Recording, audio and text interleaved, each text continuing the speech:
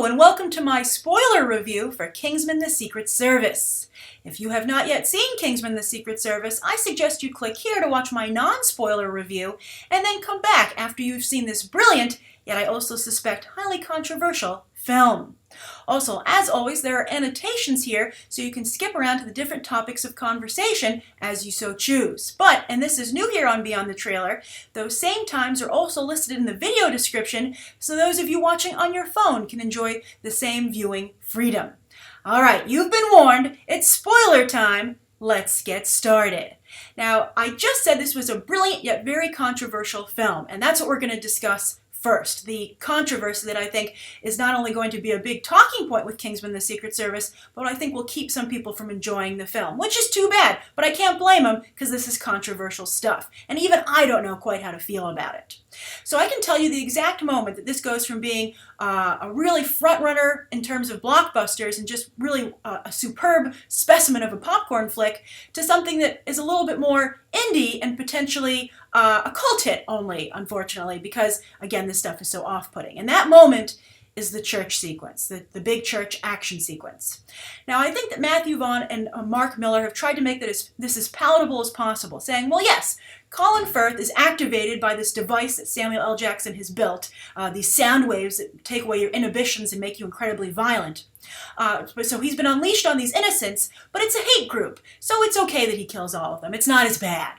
But I have to say, this is where I found this a little hard to swallow, because I think it's dangerous for any group of people to say it's okay to kill another group of people. And some of you, I'm sure, will argue, well, they're a hate group. But I just think it's a slippery slope. And, that's why we have due process, that's why we have justice, and that kind of, violence should always be a last resort. And I understand that the situation is set up where Harry Hart, Colin Firth's character, is as much a victim as everyone else. But it's hard to watch. It's hard to watch this mass execution, not only because he's killing innocents, so to speak, again, they are a hate group, but also because you can't help but think what the filmmakers are trying to say, that again, this is a group that it's okay to exterminate. We don't have to feel that bad.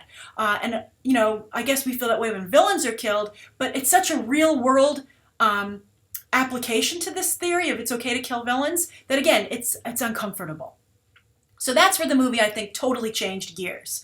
And we'll see if that sequence is what ultimately brings down this film in terms of being something that's successful with the mainstream. I think it's definitely going to be a cult hit, as I just said. So that's the first instance. That's where it derails. But then there are other elements that are off-putting, and we're going to outline them now. The other is, for instance, not only does it say bad things about that it's okay to kill hate groups, they also say it's okay to exterminate the 1%. And again, it's really a slippery slope to say it's okay to kill any group of people, even as bad as they might seem.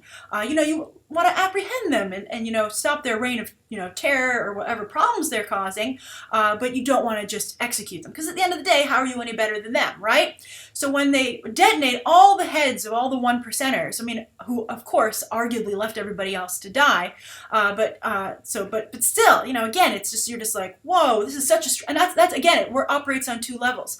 It's a very violent sequence to watch, but then also there are such real-world connotations and commentary going on that you're like really torn. You're like, oh, I went from watching a popcorn movie to watching something that is like, a really strong political channel. You can decide which, conservative or liberal, pushing like thoughts and ideas on me. And I'm just trying to enjoy a good movie. And then also on that note, I thought it was not a great idea to loop Obama into all this. I'm sure Obama will hear about this movie and be like, what did I ever do to you guys? I thought it was pretty bad when they insinuated he was making a deal with Samuel L. Jackson's character. But then, and I also thought there was some connotation that it was like, hey, brother to brother, help me out. And I was like, I think Barack Obama's worked very hard to remove race from his presidency. I don't think it's great for you to stick that back in there. But then toward the end of the movie, to have Barack Obama's head explode, well, maybe, North Korea was right that it's not so great to explode the heads of your own leaders. But they should also, take heart that we, Hollywood does it to itself, I guess, to some degree, right? We don't just pick on the, the terror states, but we exploded the head of our own leader. And I just thought that was, not very respectful. Some of you might say, oh, hey, he deserves it, et cetera, et cetera. But again, you might not like Obama, but do you really think he deserves to have his head explode? I think it's too personal and it's too political. I didn't like that either. So those were the two political elements that I didn't like. Then Thank goodness for the after credit sequence, because the end shot of the film of that princess's butt before Taron Egerton's character Eggsy enjoys his reward, that was really hard for me, especially as a female viewer, to stomach. I was like, the whole time they were setting up, him getting to have, I don't even want to discuss it, but a specific type of sex as his reward for saving the world. I was like, well, she did offer it. And he did save the world. And this is like a spy movie, and they did this in Bond movies all the time. I kept trying to make excuses why it was okay. And I think I pretty much got there, where I had no problem with it. But then to end the movie on the shot of a woman's butt, I think it was a poor choice. And it just made me, it was a little off-putting. I was enjoying the movie so much, and for just a brief moment, I was like, oh, not for me, I guess. Okay, all right, well, I'm glad I got to sit in on your movie, guys, or, people who enjoy women's butts. Too bad for me. But then, as again I said, they had the end credit sequence where everything was great, and I was able to not have to end on that note. All right, so that's where I feel the few potential missteps of the movie exist. Now, I want to move into the other agenda for the film, which I think is very positive. It actually has two, I think, really positive elements to it thematically. But let's go with this other agenda, and that's to be a commentary on spy movies today. And there's a line that's repeated a few times in the movie, and that's, "This is not that kind of movie." And I really liked that, because I think, again, I've talked about this a few times now, about the level of realism that's been injected into Hollywood blockbusters thanks to Christopher Nolan. And I think this movie kind of takes that next step with spy movies. I know that we've made so many jokes over the years about how Bond easily gets away, and the villains are stupid. Austin Powers did a great job of being like, oh, you know what? I'm gonna just walk away and assume everything's gone to plan with disposing of the hero, and oh my goodness, he didn't die? What a shocker, what a surprise. And it's funny, I just watched John Wick. I mentioned that actually in the non-spoiler review as well, but they had many instances like that as well, where the villain did stupid things and didn't make sure the job was done. So I really appreciate that Kingsman The Secret Service addressed that head on and really tried to create, well, on the one hand, a fun, campy spy movie. It had that campy, fun spy organization operating in the real world, and that I really appreciated. I thought that killing Harry Hart was shocking, and I didn't think they would go there. I think Colin Firth is a huge asset to this movie and could have been to the franchise, but I have tremendous respect for them going there, because this is what would have actually happened in that situation. And I thought that the ending, when he just, killed Samuel L. Jackson, it was not only because he was the villain, but it was payback for what he did to Harry, instead of like, oh, the justice system will take care of you. Although I just said it was wrong to kill, right? So, again, this is a slippery slope. Maybe he should have just apprehended him. But I liked that element of creating a realistic application for spy movies. That said, though, I also liked the campiness factor in the film. I thought that the ski chalet sequence in the beginning was just beautiful to look at. The whole movie's beautiful to look at. And that's something that's missing from a lot of movies today. Alfred Hitchcock is famous for saying, I guess this sums it up best. Alfred Hitchcock is famous for saying that cinema is a slice of cake, not a slice of life. And the great thing about Kingsman The Secret Service is that it manages to be a slice of cake and a slice of life. And that's really impressive, and I really admire the film for that aspect to it. All right, so that's the not that kind of movie, agenda for it, for the film and the spoiler review. Let's move on to the other thing I liked about it thematically, and that is the aspirational qualities of the film. I touched on this in my non-spoiler review, but I just want to talk about it a little more here now that we can discuss spoilers. I really liked that this movie had Eggsy not forgetting where he came from, but wanting to be better. Not totally changing who he is, but wanting to improve. And I thought that the quote they have here from Oscar Wilde, I believe, about self-improvement or being a better man is just being better than the man that you personally were. Not measuring yourself to other individuals, in short. And I thought that was a really, really important statement to make. And as I said in my non-spoiler review, there's so much discussion these days about self-acceptance. It's the theme of Frozen and Let It Go, Maleficent, self-acceptance, all these movies, accept who you are. Guardians of the Galaxy, we're a bunch of, crazy guys, we're assholes, but we're not dicks, right? So I think that's something that Hollywood's really it stumbled upon it, I think. Audiences have had a tremendous reaction to it, and I think now Hollywood is just hammering that theme home. But I think that what gets lost sometimes there is the importance of self-improvement. That it's important to accept who you are, but that doesn't mean you should accept all your flaws and some things that maybe you don't do right. You should always be looking to be the best version of you that you can be. And I think that that's and also not to put a limit on yourself, to assume that you can only achieve so much. And I think that's what Kingsman The Secret Service really tries to portray, especially with the really great quote at the end from Matthew Vaughn about his mother. That was really touching. Now, I just talked about ending the movie potentially on a but. I much preferred the end after credit sequence or during the credit sequence and that quote from Matthew Vaughn. That did so much to win me back over to the movie because it was just so incredibly touching. Although, to some degree, it's so funny to have these guys have so much respect for their mother, but then put a shot of a woman's butt in a movie. It's like, I want to be respectful of Matthew Vaughn because obviously, he dedicated this film to his mother, but at the same time, it's just an interesting, conflict of ideologies or just, ways to feel about women. I guess, people think about mothers differently than they do women in general, and I think that's something else that kind of has to change because I don't think it benefits mothers or women.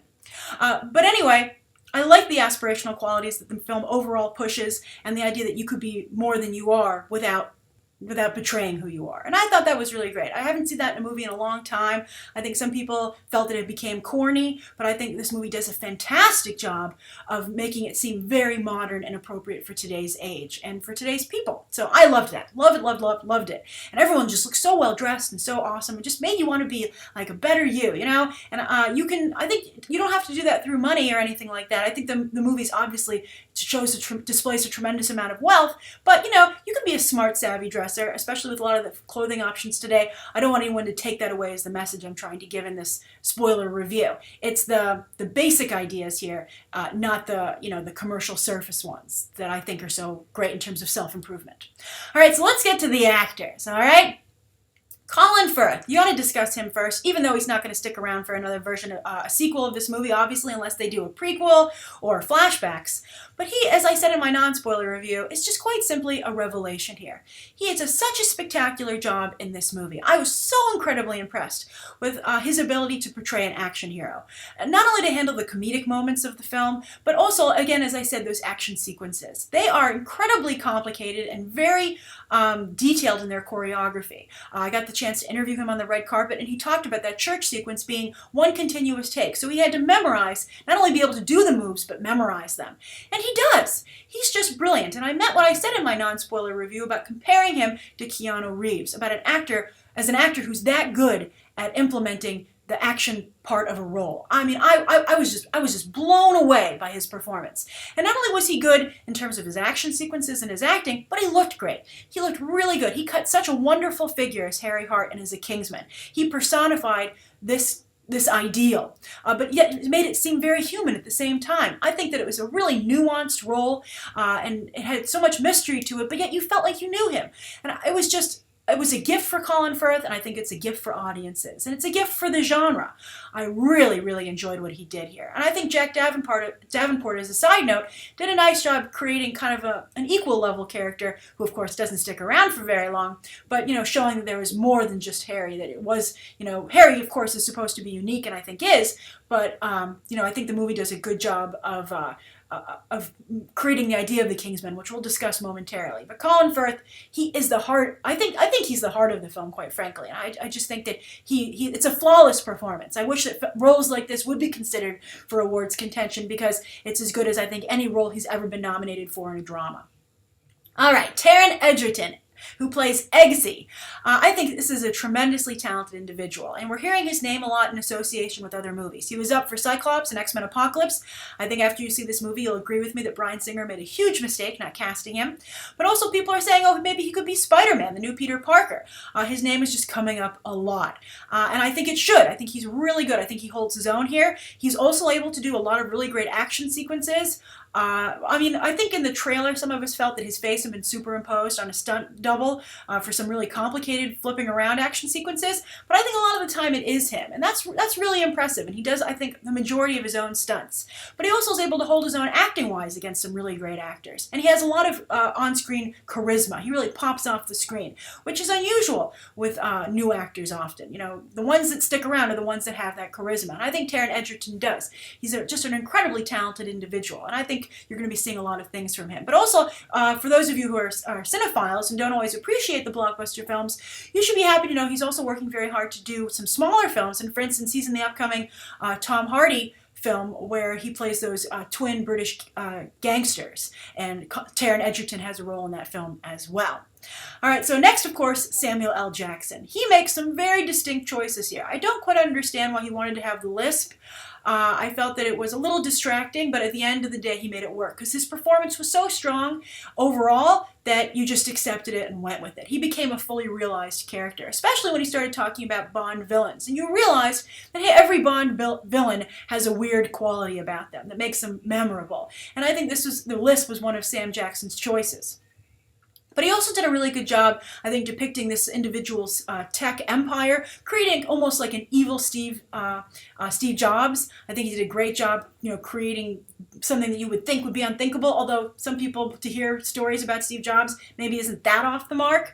But it was just, I think it was a really appropriate for our times villain that Samuel L. Jackson realized brilliantly. And with the exception of that one Obama scene, race wasn't brought into it. It was never a part of the discussion. He never had some thing in his background where he was like, I was never treated well, I came from the street, so I became this billionaire, and now I want to, save the world, or, et cetera, et cetera. I've turned my back on, where I came from because now I want to be part of the 1%, and this will make me fully accepted. There was none of that Hollywood usually tries to inject in these type of roles.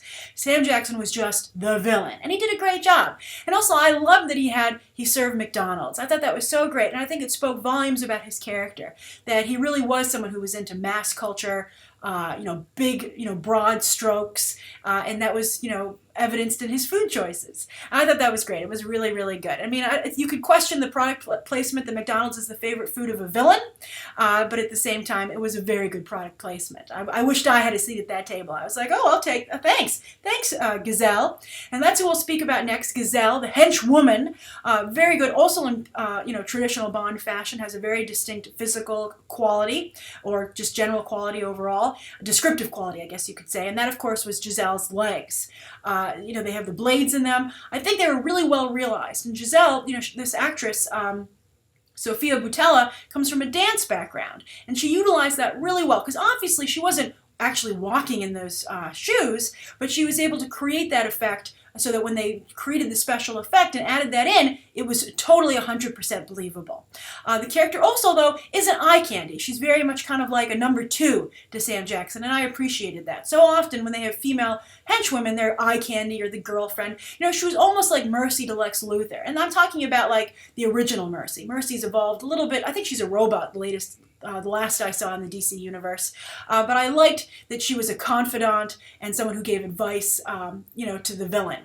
And Sofia Boutella, as someone who's a dancer, did a really good job, not just with her action sequences, but also as an actress. She was very, very good and very likable. It's important your villains to some degree be likable, obviously, because, you want to have fun watching them. The last thing I want to talk about is the Kingsmen organization. I thought it was incredibly well realized. The world building in this film is spectacular. It really made you feel that this was an organization that had been around for decades. I thought that the casting was very well realized, and Michael Caine as their leader, and Mark Strong as Merlin, kind of their cue. I thought that the twist with Michael Caine's deception was very good, not telegraphed, a genuine surprise, and I thought the way they resolved that was very good. So the organization was set up to work beautifully, have a very good hierarchy, and also it was just well established in their training grounds. I mean, talk about the Xavier Institute, now you have the Kingsmen mansion where they train. And I thought that, they were able to establish all of this without taking too long or making it seem rushed. That's a very hard balance to achieve. It was just very well realized, and it really did a great job of creating this world and putting you in it. And I loved all the gadgets that they had. Everything seemed wonderfully far-fetched, but at the same time not far-fetched. Again, I guess the theme here for Kingsman is that it's a beautifully balanced movie. It's able to do all the things that we love out of Hollywood while still taking it in the direction that we want to see, with maybe a little more socially conscious, a little more socially responsible, and also a little more realistic. And that's just, I think, really commendable, and why this is a special movie. So I loved Kingsman The Secret Service. I'm very, very curious. Now this is the spoiler review, so we can be very open in the comments, say whatever you'd like. I think this is a very controversial film, and I'm curious to see how you guys feel about it. I know some people haven't enjoyed it, so I'm very interested to discuss your perspectives on it, and I think this is going to be one of those videos that has a particularly good comment section, although you guys always bring the heat when it comes to the comment section, and I have so much fun discussing movies with you. All right, so that's my spoiler review of Kingsman The Secret Service, and you can check out some other episodes right now.